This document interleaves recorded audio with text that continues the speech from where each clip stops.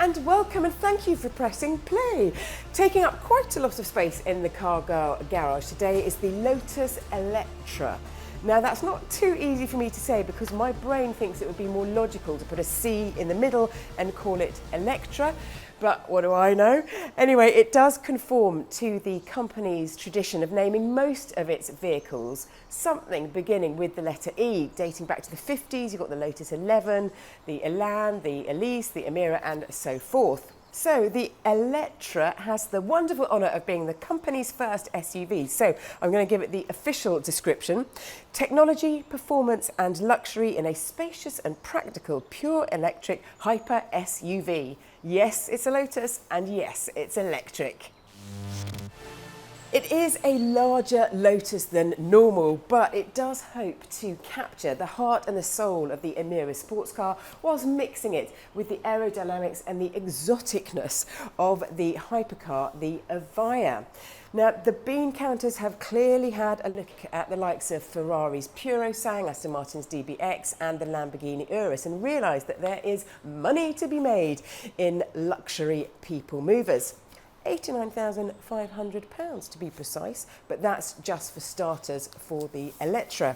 Lotus is very much hoping to attract a new breed of owners who value practicality and tech. And to quote Lotus once more, it says, "We know that two-seater sports cars are not for everyone, but the fantastic experience of driving a Lotus should be." Well, let's go.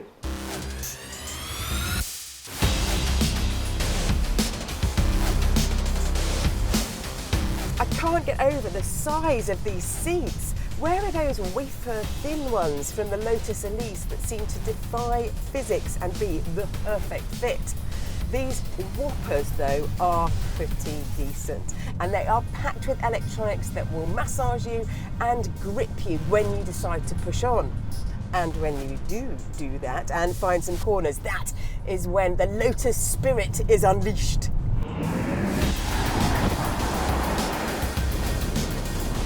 The best buzz you get from an electric car is when you hit the throttle, because that is when you get the full whack of torque all in one go. 710 Newton meters here in the Eletre S. If you go for the punchier R version, you get almost 1,000 Newton meters, which then puts it on a par with Porsche's Taycan Turbo S, a car that you can see on my YouTube channel. But that sucked the life out of me in launch control, where this is much more of a sedate affair. If you can call 0 to 62 in 4.5 seconds sedate, but what's most impressive about this Eletre is its grip. This is the first all-wheel drive Lotus and it absolutely inhales the tarmac. The body roll as well is seriously impressive thanks to an active air suspension system which adapts and monitors the road at hundreds of times per second. So this car has got handling skills. Well, what else did we expect? And if you like your active aerodynamics, then the front end has 6 triangular petals that open to cool things or stay closed to retain heat in colder climates. There are gaps in the bodywork for this longer than a Range Rover Lotus to glide through the air, and a spoiler below the rear screen which rises up to boost aero too. There are LiDAR sensors to future-proof the Eletre for autonomous driving as well. When it comes to interior design, the dash is imposing, and on the door are perhaps the most beautiful speakers I have ever seen. They are works of art. In the back, it's luxurious and spacious with some nice details like controls for the stereo, buttons for both rear windows from either side, heated and cooled seats, and transparency of the panoramic roof can be dimmed. There is an abundance of tech in this machine, including the ability to park itself while you're outside controlling things via a mobile phone app.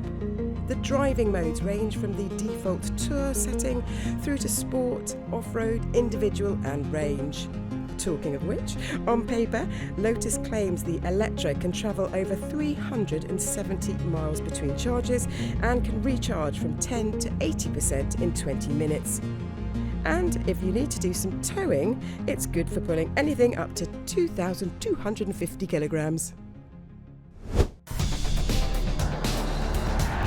Back at the helm, and this car has got the best steering wheel button I have come across in an electric car. It is a regenerative braking turn down and turn off button. I am not a fan of regenerative braking because it unnaturally slows the car down far too quickly when you lift off the throttle. I know that it does a good purpose and it puts energy back into the system, blah, blah, blah, but it's not for me. And neither are these mirrors. Well, I say mirrors, they're actually cameras. And you have to take your eye down into the cabin to look at the 6-inch screen to work out what the cameras are looking at. And for me, it absolutely takes away a big element of your peripheral vision. I wish that Lotus would have done a Vincent van Gogh on these little mouse ears and absolutely chopped them off. These would annoy me every day, and despite them giving a 1.5% improvement in wind resistance and therefore range, I am not a fan. And while I'm at it, I like my steering wheels to be round. This is an octagon. 1, 2, 3, 4, 5, 6, 7, 8. Yes, an octagon. Schoolgirl maths.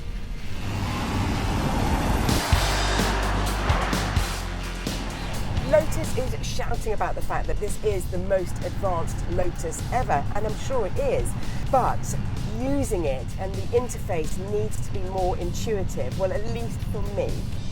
I would love to love this car, but I feel like I'm in charge of like the Starship Enterprise, this massive machine, but I'm up on the bridge, in control, but not fully part of the whole machine. And to me, that's what a Lotus is all about. I think about the Elise. I was absolutely part of that car every time I drove it. Here, I'm almost like a spare part. Oh, I'm frustrated.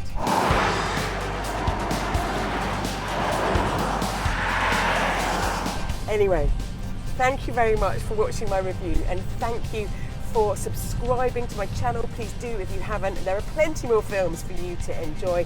Thank you so much. Until next time, bye bye.